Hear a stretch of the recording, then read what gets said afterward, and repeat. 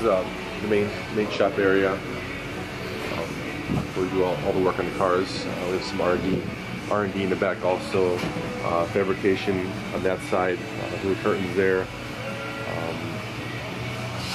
Parts we do a lot of OEM parts that we use when we build the cars, like gaskets, you know, all the kind of stuff that we use. We kind of try to organize kind of like a dealership would in that area alone. And as far as like the cars we specialize in, we started with Mitsubishi 12, 13 years ago. And we still do some Mitsubishi work, some of the Evo 10s. Okay. Since then we moved on to a lot of different cars.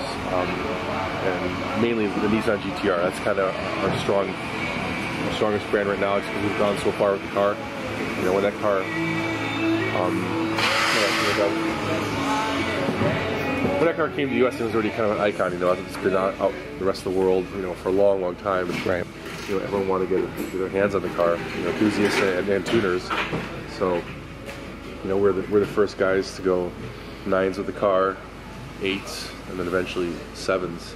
So we're kind of, you know, everyone looks up to us as far as, you know, what we're doing with the car, products, things of that nature. We're just, you know, pushing the envelope constantly, you know. So what's the top on it now? 1,800 horsepower? Is that one that you did? We really can't measure anymore because our dyno will not basically the tire spin on the dyno. We let you, yeah. So it's the point where we can estimate the power from the trap speeds it's putting down the drag strip and the weight of the car, but. So when you get into those sort of horsepower ranges with any vehicle, yeah. You know, GTR especially, what sort of modifications do you have to make besides, you know, engine modifications to support that kind of extra torque and power without ripping the car apart? Drivetrain. I mean, that's really, it's whatever puts the power to the ground. So, you know, everything from the transmission, drive shaft, axles, and then a lot of that stuff actually too is suspension. Because if you're trying to drag race and you're putting down, you know, upwards of 1,500, 2,000 horsepower, it's hard to do through a stock suspension. It's not designed for that. So, there's a lot of stuff we've came up with too to help the car launch and make it easier actually on the components, like a drag style suspension someone could put on their car when they're going to go to the drag strip and use the car there. So there's a lot of things, you know, tweaks or, you know, things that to do basically to optimize, make use of all the power. Right. Yeah. Right.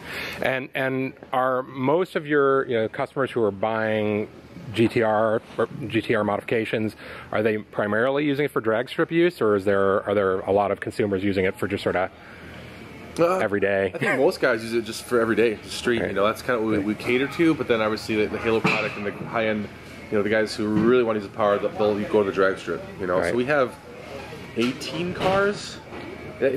Or how many cars have been 8s? No, we're up and over 20 now. Over 20 cars in 8-second GTRs. Yeah, GTRs. Wow, that's crazy. Yeah, yeah. And these are mostly street. I mean, just street cars. Right. You know? We have one guy we just did a few weeks ago, full blown street car. I mean, like literally no weight taken out. Actually, it's a little bit heavier because he had a roll bar in it, and some other things. And the car went 8.1 at 176 miles an hour. That's nuts.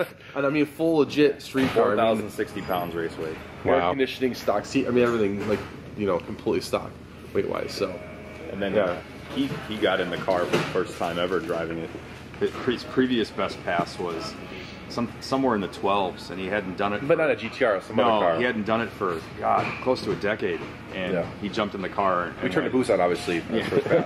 He went 8.8 twice, 2 times in a row.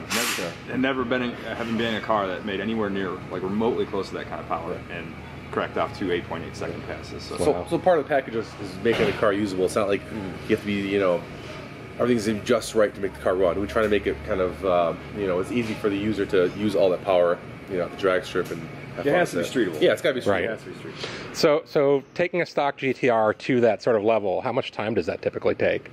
Like an Alpha 12 build.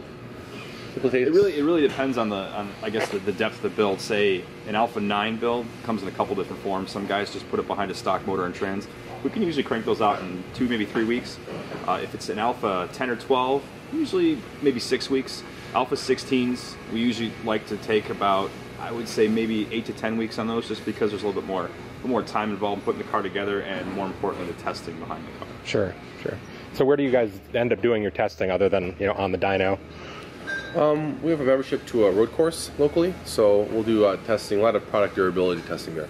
I mean, you can't, you just can't simulate that driving a car on the road. I mean, lap after lap of abuse and heat really puts parts to the test. So we'll do that. We do standing mile runs, drag strip. I mean, we kind of try to run the whole gamut. And we have dealers that have cars in the Middle East where it gets, insanely hot. Ridiculous. Yeah. So we'll have them test some of our products there and kind of try to keep, extreme climates basically. Right. Yeah. Right. Yeah, it's got to be difficult given that it's 0 here and 110 there. Yeah, that's one thing too. It takes us maybe a little longer to get product out, but I think we put a lot of testing into it.